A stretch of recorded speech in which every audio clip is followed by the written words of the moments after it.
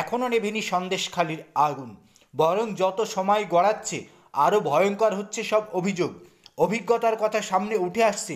মহিলারা পোল খুলে দিচ্ছেন শাসকের, শেখ শাহজাহানের, শিবু হাজরার, উত্তম সর্দারের।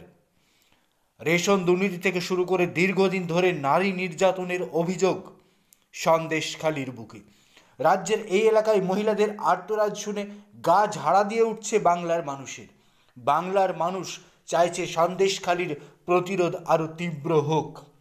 লোকসভা ভোটের আগে বাংলার গণ্ডি পেরিয়ে সন্দেশখালি ইস্যু এখন জাতীয় রাজনীতির কেন্দ্রবিন্দু। গত 3 সপ্তাহ ধরে সংবাদ শিরোনামে উত্তর 24 পরগনার সন্দেশখালি। সন্দেশখালীর শিবু হাজরা, উত্তম সর্দার, শেখ শাহজাহানদের বিরুদ্ধে জ্বলে উঠেছে আগুন। প্রভাবশালী তৃণমূল নেতা শাহজাহান, সন্দেশখালী 2 নম্বর ব্লকের সভাপতি শিবু হাজরা, জেলা পরিষদের সদস্য উত্তম সর্দার সহ একাধিক নেতাদের বিরুদ্ধে পথে নামেন সন্দেশখালীর মহিলারা। সন্দেশখালীর এক মহিলা, স্বনির্ভর গোষ্ঠীর প্রধান, সরাসরি অভিযোগ তুললেন। সরাসরি তিনি বললেন যে রাত 2টোর সময় ডাকলে না গেলে পরদিন বাড়িতে কাফন পাঠিয়ে দেওয়া হতো। বাচ্চা কাচ্চা থেকে শুরু করে বউ ঝি রাতে ভয়ের বাড়ির বাইরে বেরোতে পারতো না।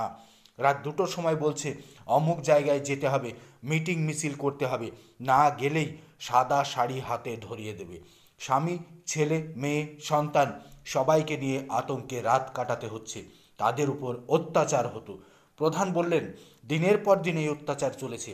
আমরা শিক্ষিত বাড়ির বউরা সন্ধ্যার পর বাড়ির বাইরে বেরোই না।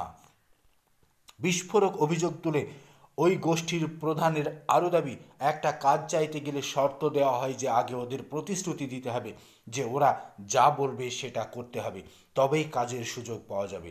রাত 2টো কিসের মিটিং? কেন অত রাতে ডাকা হতো?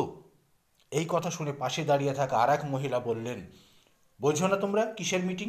কেন বাড়ির বউদের রাত 2টোর সময় ডাকা হয়? আমরা সেসব নোংরা কথা মুখে নিতে পারছি না। ভালো ভালো মেয়েদের বেছে বেছে নিয়ে যেত ওরা। কার্যত বিস্ফোরক অভিযোগ সন্দেশখালীর তৃণমূল নেতাদের বিরুদ্ধে।